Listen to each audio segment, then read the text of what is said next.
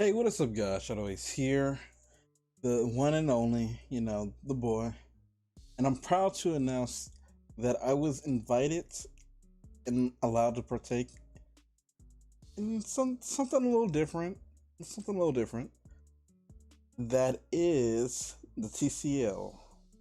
This is going to be the seventh season. I want to give a shout out to the commissioners, pretty much everyone who's in charge of running the draft at this point, and thank them for allowing me to pretty much partake in it. So, in case guys don't really know what the TCL is, it's pretty much it's kind of like I would kind of say like a Pro2 draft league. There's a total of like 16 coaches, counting myself, and we're split into different divisions. We have the Eleki team, division, and then we have the Draco division. Team Draco division is where it's at. All hype, as you can tell. I'm in the Draco division. All the coaches pretty much are gonna be like YouTubers or Twitch streamers. So, guys, pretty much you can expect nothing but fire content coming out this fucking YouTube and Twitch. Nothing but fire. Nothing but fire. But with all that being said, allow me to reintroduce myself as your coach of the Motor City Rotoms. It's been 2 years since I donned the title of coach of the Motor City Rotoms, aka MCR. But that doesn't mean I've been slacking in any way. I've never been slacking. Always been on a ladder, always been on that grind, only getting better. But pretty much, I'm here to lead us to victory. Lead us to get that number one spot, get that top seat, beat all the other coaches. I'm sorry, I'm sorry, but I'm not sorry, but I gotta win. I gotta bring this home to the channel. Whew. I'm really hyped for this year. I know I am in the quarantine draft league as the Amsterdam Charibis. I'm pretty much. But this time, what's different about this? This is my team. This is my legacy. This is all me. Nothing but me. My team, my icon, my logo, as you can see, got updated. If you guys have been around for a while, I couldn't find the original one, so kind of had to make a new one. Maybe after the season, I might get one professionally done. Okay. But enough with all that. Let's go into my picks. This is kind of like the third time I'm recording this. And funny enough, it was like the first time was like audio was kind of weird. Second time, it was like an hour and 30 minutes of me discussing stuff. So I'm gonna try to keep this one short and brief. Try to go through all my picks, kind of give an idea like what I was thinking at the time, and let you guys know. So first pick, I was the last one in the draft league, so pretty much I get the snake round pick. So I was last first round, second round. So pretty good. If you are unfamiliar with draft league, the first, last, and somewhat the middle pick are some of the better spots to be in a draft league. You don't want to be like fifth one and you gotta wait so long just to get back to you, but it's kind of good. So with the first pick we got the boy, the one and only Rillaboom. So pretty much I picked Rillaboom because that's one mod I really fell in love with during this Hojan 8th. I didn't really think I was gonna like the grass starter that much, but boy, he's something. I give you that. He was pretty much within the top 6 usage all throughout the DLC, the first DLC. And that's not a small feat. Like with all different movesets and constantly new tech coming out, he remained in top 6. You gotta give shout outs to him. Even though he's like I think 12th in usage right now, but I still can see like him making a comeback this DLC in OU. But with that being said, he hits hard like a truck. Trust me, he really do. If you don't resist grass, which not that many Pokemon kinda do. Only dragons, bugs, flying, and grass, fire, resist, Everything else doesn't, and that's just like big damage. Even stuff that resists like moves like Grassy Glide or Wood Hammer within his grassy terrain, it at least does like 50% to you. So he's nothing to sleep on. He might not be the fastest mon, but he can hit damn hard.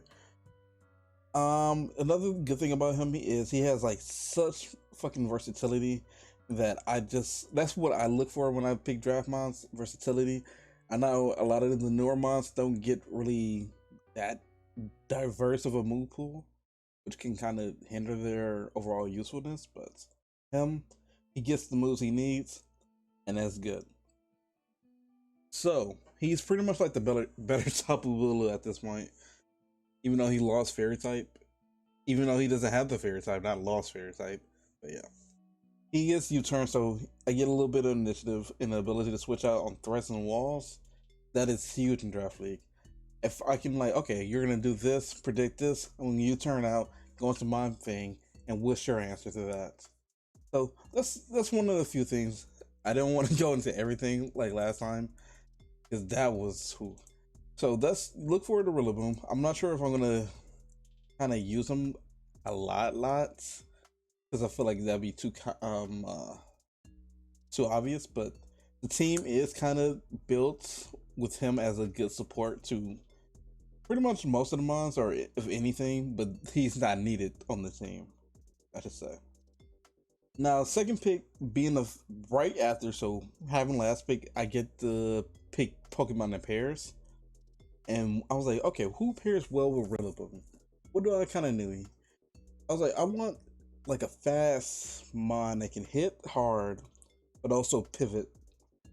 And the reason why I wanted to pivot is, okay, I can get bigger threats later on in draft, but when it comes to speed and like pivoting in and out, being able to check certain speed tiers and like kind of out forcing, like the one thing you don't want to do is be a team where most of the time you can just run modest or adamant nature, because at that point they don't need the speed. This mod forces you to consider the speed with me, even though I know speed isn't like the biggest thing on my team right now. But keep in mind, I picked Zora Aura. I know the little. I didn't really like him at Gen 7, but Gen 8, he really took a shine to me. As you can probably tell, he's on some of my teams. With that base 143 speed, he gets like close combat, he gets blaze kick, he gets aura spill. So you can run him physical, you can run him special, you can trick, you can not trick, you can you can switch, you can get he gets knockoff for like the ghost types, which is kind of big this meta. Ghost types are kind of big with Poltergeist and all that. Play rough. He gets throat chop for Thunder Wave. Like it's a lot of stuff I can do with him. I can even do like, you know what? I'm gonna run an Electro Train team and kind of throw people off because you expect it to like, okay, it's just gonna switch in and out. Run an Electric Terrain, run Rising Voltage, GG. GG. But yeah, I kind of got him just for like a nice pivot that can. He's not the tankiest one. He do get Combine and like bulk up, so he can become a little tankier. But I just wanted him mainly for the speed and like the overall like move pool diversity.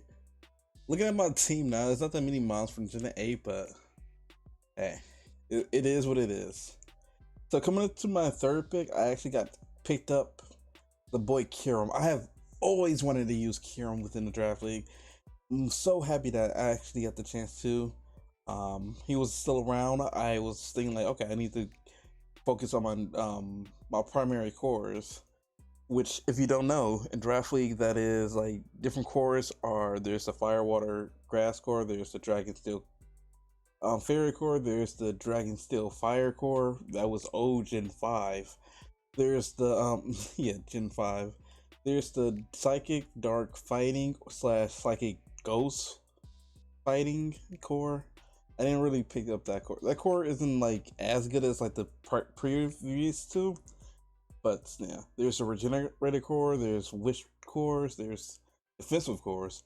There's a little different cores, but pretty much what I wanted to do, I wanted to go with the Dragon Steel Fairy, make it a little bit more of a defensive, but also can be switched into offensive core. So with Kiram, he gives me that. He's pretty bulky with having base 125 HP, and then he hits like a truck.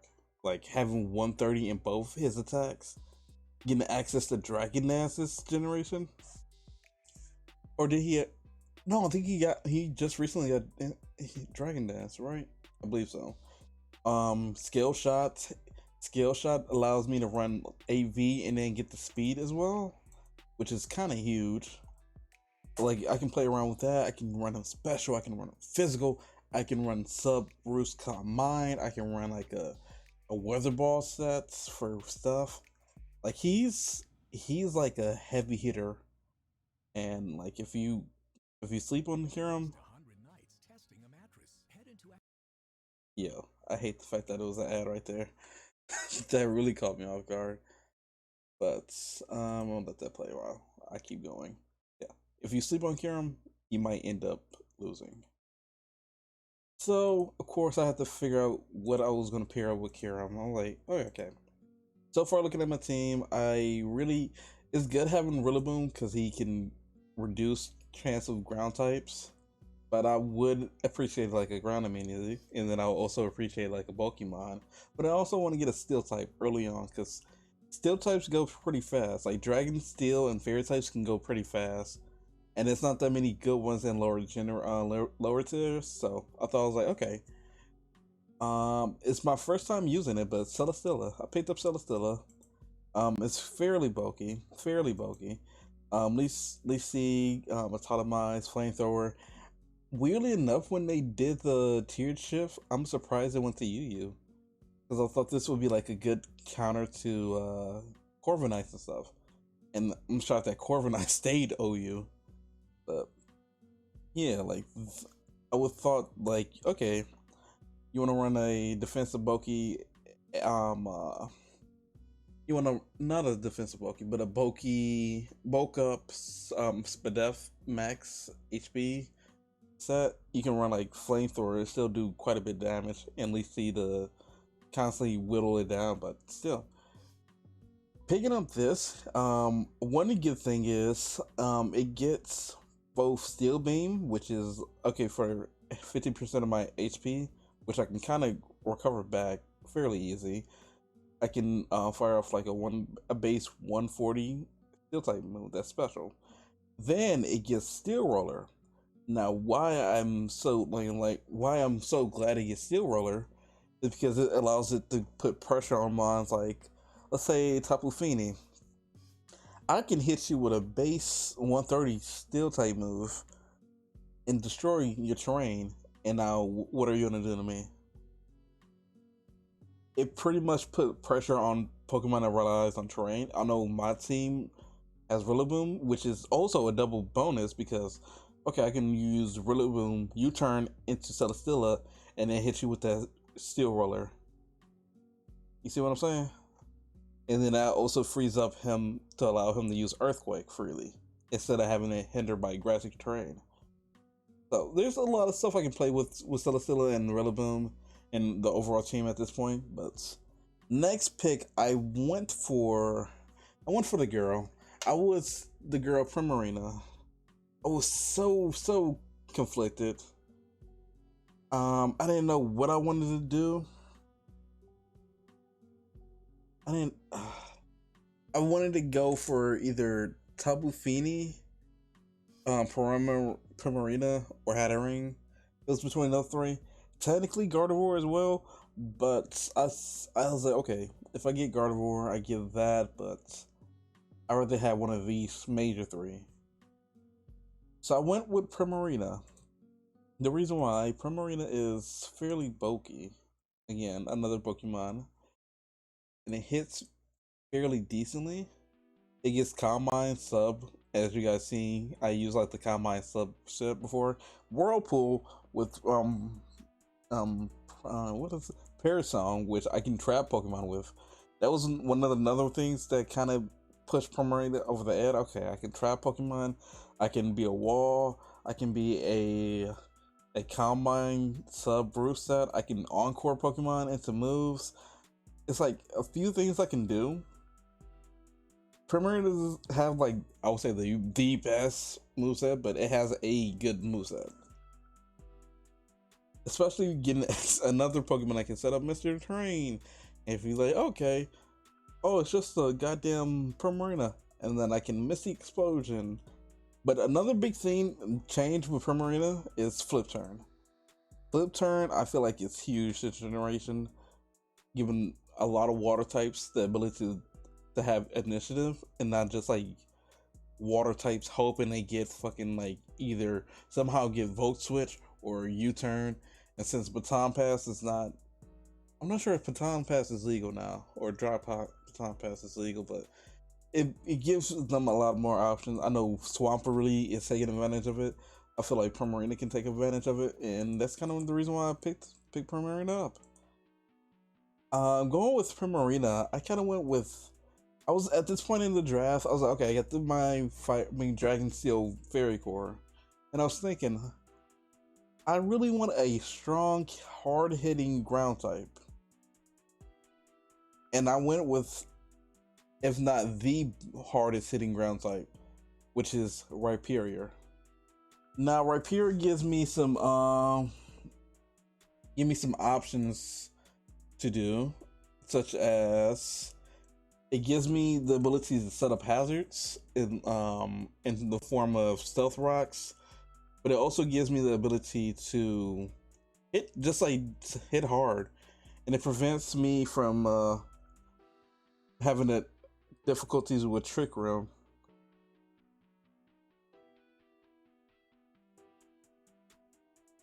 Rhyperior is like, it puts a lot of pressure onto like hazard setters, I feel, in the meta.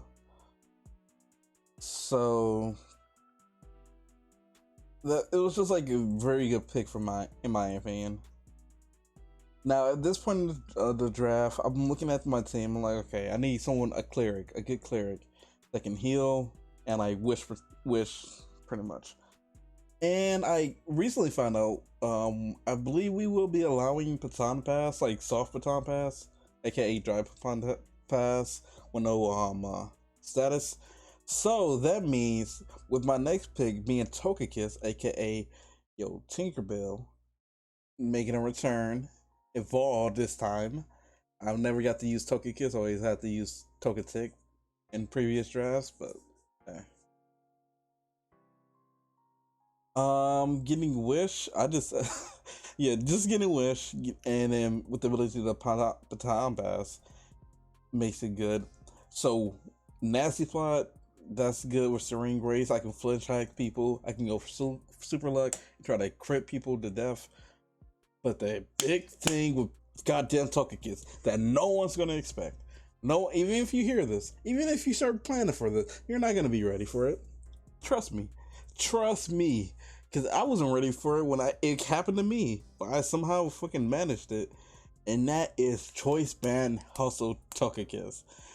It sounds weird. I know it sounds weird, but it hurts so much, so much. And look forward to that, guys. I might have to do a little something with that. Pairing up with Togekiss, I picked up Drapion. Being a good poison dark Pokemon, I wanted a dark type and I wanted poison types that soak up toxic spikes in case anyone used it on me. With that being said, it also gets toxic spikes, so I can apply that to other teams. So if you don't have that many good hazards removers, or a lot of your mons are on the ground, or if you don't have a poison type at all, I'm just gonna use this on you and whittle you down with toxic spikes. He's bulky, he hits hard, he gets knockoff, he can get leash life, home claws. It's like a lot of stuff I can kind of work around with Drapion. Drapion is like a sleeper in terms of dark types within draft league formats. Now we gotta talk to this mon right here. This is, what is this, the 9th pick, and I'm thinking like, I don't have a fire type. Why did everyone take my fire type? I wanted Cinderace. Give me this. I wanted Cinderace. I didn't think people were gonna go for Cinderace early on because I thought like, okay, it doesn't have Libero, so it's gonna not.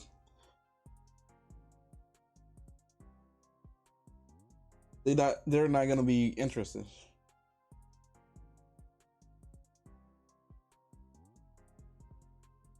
Sorry about that. Yeah, they're not gonna be interested. So, but that got sniped. I was like, okay, maybe I get Arcanine, that got sniped. Maybe I get Blaziken, that got sniped. Maybe I get nope, that got sniped. So I'm left with two options, and I'm like, okay, if I get Salazzle, it's just making my team a little bit more reliant on Rillaboom to come in for because it's another mon that's 4 times weak. It's a no, it's a mon that's 4 times weak to ground, so I usually have to pair it up with Rillaboom, and then it just makes it super effective against it. But the other option, which I was talked into by Greed, shout out to Greed for recommending this. I was telling him like, okay, I don't know what I'm going to do with this fire type. I should go with this. I was thinking about Colossal. He was like, no, you know what you should get? Entei. Even though it's sacrilegious on my channel to represent Entei over Arcanine, I had to do it. I had to do it. This team, I had to do it. So Entei with this generation, I hate to say, but he's living his best life. Not being forced into having to be adamant to run Sacred Fire, which is huge. So I can run Jolly set, I can run like a Bandit set, I can run. And looking at Entei, I have really never really listened to Entei that hard, but he's fairly bulky. I can run different like AV sets with him. I can run like a special set with him. I can run Scarf Eruption with him. I can put boots on him. There's a lot of stuff I can do. I can even PP Saw with him with Calm Mind, or Substitute, or and Pressure. So I have some options with him. But here's the sleeper. This is the sleeper of all sleepers. I'm not sure if people were not. I'm just looking at this mon. The next mon as the draft is going on. I'm like, okay, when is this gonna go? When this is gonna go? And I'm just like, okay, it doesn't really help my team that much because I already have mons that can do the same thing it does. But man, I just gotta pick up Dragonite. I just had to pick up Dragonite. Dragonite is living its best life as well with the introduction of Boots.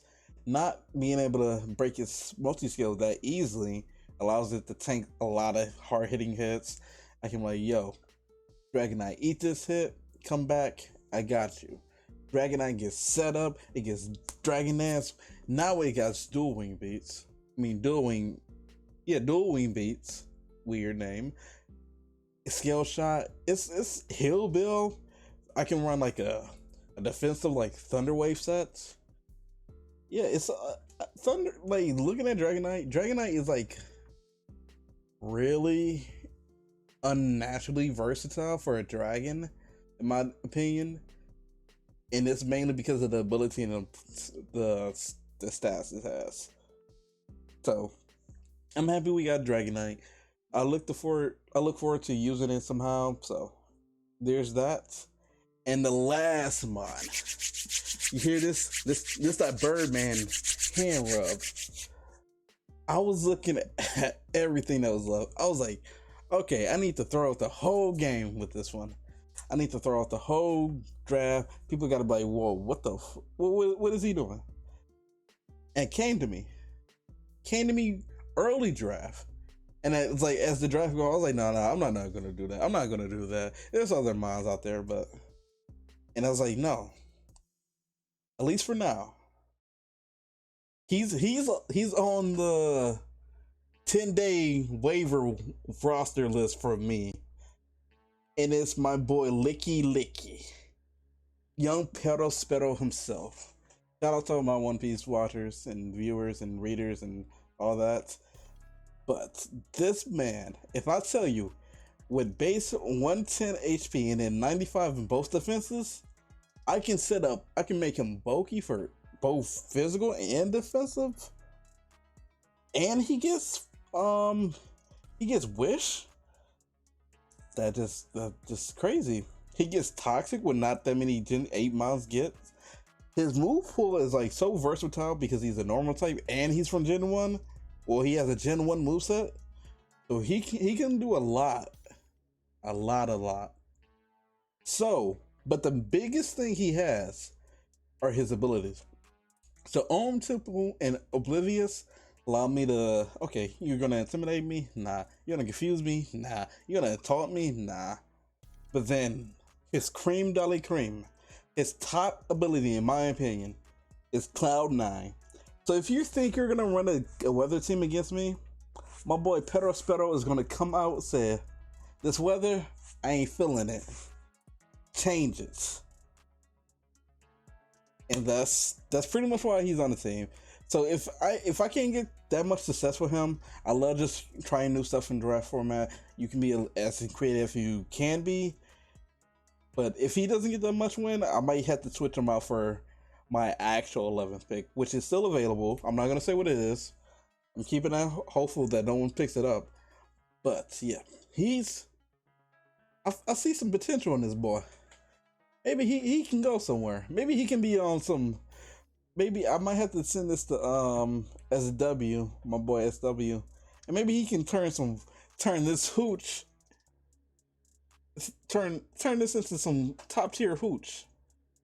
Yo, shout out to his videos. His videos I do like his why you should draft this Pokemon in this video. So shout out to him. Love you, bro, and I'm ready for the season. I will say this, they ranked me in my division as 3rd overall. I can't complain too much, but I'm going for that #1 spot. Week 1, I gotta make a statement. I gotta make a statement for the channel, for the team, that we're here to play and we're here to win. So let me hear it in the comment section down below. That MCR for the win. Yo, Greedy's in the tournament, so we got to have our epic rematch for 3 years, 4 years draft rivalry. So I got to beat his ass. So I'm just looking forward to this season. So I'll see you guys in the next one. Peace.